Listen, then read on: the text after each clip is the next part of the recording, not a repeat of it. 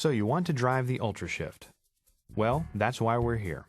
Over the next few minutes, we're going to take a look at the components you'll be using, proper startup, selecting a starting gear, normal driving operations, and proper shutdown procedures.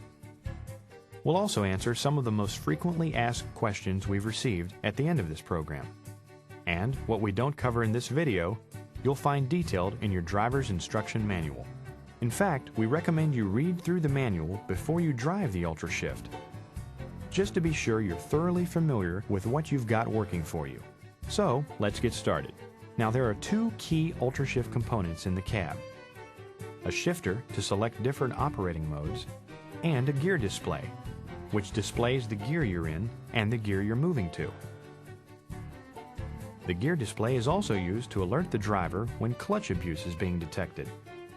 We'll go over what to do if this is observed later in this program. Eaton offers two shifters, a lever and a push-button panel. Regardless of the configuration, the shifter has 5 modes: reverse, neutral, drive, manual, and low.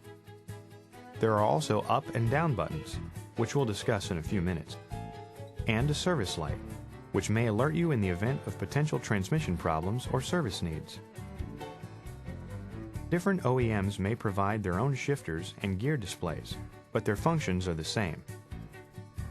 If you're not using Eaton design components, just be sure to refer to your vehicle manual for instructions on the location and use of your components. Now let's take Ultrashift out on the road. As with any vehicle, be sure to use proper safety procedures.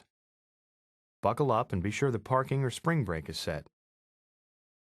You'll also want to be sure the shifter is in neutral, and I'll tell you why that's especially important in a few minutes. Next, turn the key to the on position. At power up, Ultrashift will go through a self-test. You'll notice that the service light comes on and goes off, and the gear display shows a solid N, indicating the Ultrashift has registered that you're in neutral. Assuming you've achieved normal power-up, a solid N on the gear display, just start the engine. The process of selecting a starting gear is the same, whether you select reverse, drive, manual, or low mode. First, apply your service brakes while selecting a starting gear. This is important because if the service brake is not applied while selecting a starting gear, you won't be able to get into your initial starting gear, and you will need to reselect neutral and then press the brake while reselecting the desired mode. Now select a mode and release the vehicle parking brakes. The gear display will flash the gear you're going to. Once the gear is engaged, it will stop flashing and be displayed solid. If you selected drive or manual, you'll be able to select different starting gears using the up and down buttons, depending on how your vehicle is programmed. Now, it's important to choose a starting gear that's appropriate for the load and grade conditions. Excessive clutch slippage creates heat, which is detrimental to clutch life.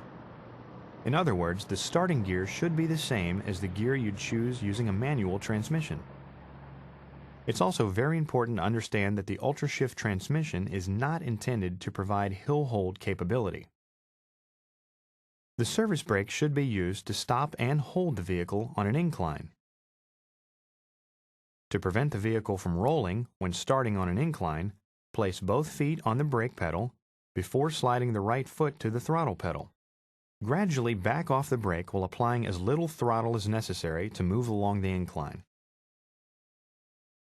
You'll also want to keep in mind that if you select your own starting gear, Ultrashift will remember and continue to use that starting gear in drive or manual until you choose another starting gear or until you shut down the unit. Alright, when your gear display is solid with the gear you want, slowly release the service brakes and apply the accelerator, and you're ready to go. If you've selected drive, Ultrashift will automatically upshift or downshift during the shifts. The gear display will flash the gear you're going to. And when you're in gear, it will become solid with the new gear. One note: in drive, Ultrashift will adapt to the changing conditions of the vehicle.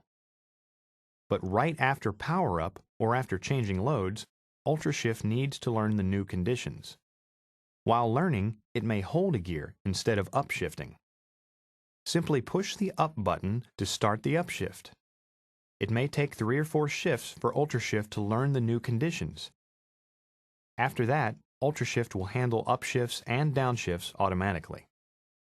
Also, when coasting to a stop in the lower gears, Ultrashift enters coast mode and won't finish downshifting until the driver gets back on the throttle or the vehicle is nearly stopped.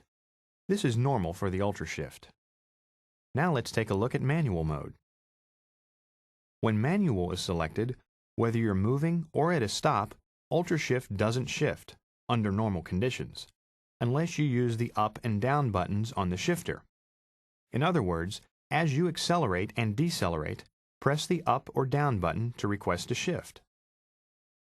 If a shift can't be completed due to engine RPM and road speed, the shifter will signal a tone, telling you that it can't complete the requested shift. Now, just like manual mode, low mode can be selected at any speed or at a stop. If you selected low from a stop, the Ultrashift will engage and maintain first gear. Selecting low while moving, for example when driving down long grades, will optimize engine braking by initiating downshifts at higher RPMs and, under normal conditions, inhibiting upshifts. Now let's recap all of this. Remember that any of your modes, drive, manual, or low, can be selected at any speed or from a stop. So, if you started out in low and want to upshift, simply select manual and use the buttons to shift. Or you can select drive and let Ultrashift shift automatically. If you're already in drive and want to take over the shifting, simply select manual and use the buttons to shift. Let's move on to reverse mode. When using reverse, first remember to select the proper reverse gear for your load and conditions. Some models have multiple reverse gears, so we suggest you refer to your driver's manual for information on the number of reverse gears available for your transmission model. You should also keep in mind that in order to engage a reverse gear, you should be at a stop or moving at less than 2 miles per hour. Selecting reverse from neutral will engage low reverse, and an R will appear on the gear display. Just as with drive, manual, or low, the gear display will flash the gear you are going to. Once the gear is engaged, the display will be solid. If conditions require a different ratio, you can then use your up and down buttons to engage your other reverse gears. Now let's talk about clutch protection. As mentioned earlier, the Ultrashift transmission is not intended to provide hill hold capability. The service brake should be used to stop and hold the vehicle on an incline. If the system detects the clutch as being overheated, a warning tone will sound and the gear display will flash a C, then an A, signifying clutch abuse, followed by the selected gear position.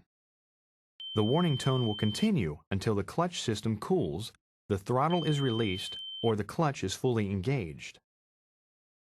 If one of these is not done and the clutch heat continues to rise, the launch quality may be adversely affected and the clutch may be damaged. Regardless of whether you're shutting down the vehicle or parked with the engine idling, be sure to select neutral. Verify the display is solid N. Again, be sure this is a solid neutral. Then set the parking brake and turn off the key. One note: after the key is turned off, you may hear the transmission make shifting noises for about 20 seconds. This is the normal calibration routine for Ultrashift. That's it. That's all you need to know to drive the Ultrashift. If you still have questions, there's a short question and answer segment at the end of this program. We recommend that you watch the question and answer segment and that you read your driver instruction manual before driving the Ultrashift.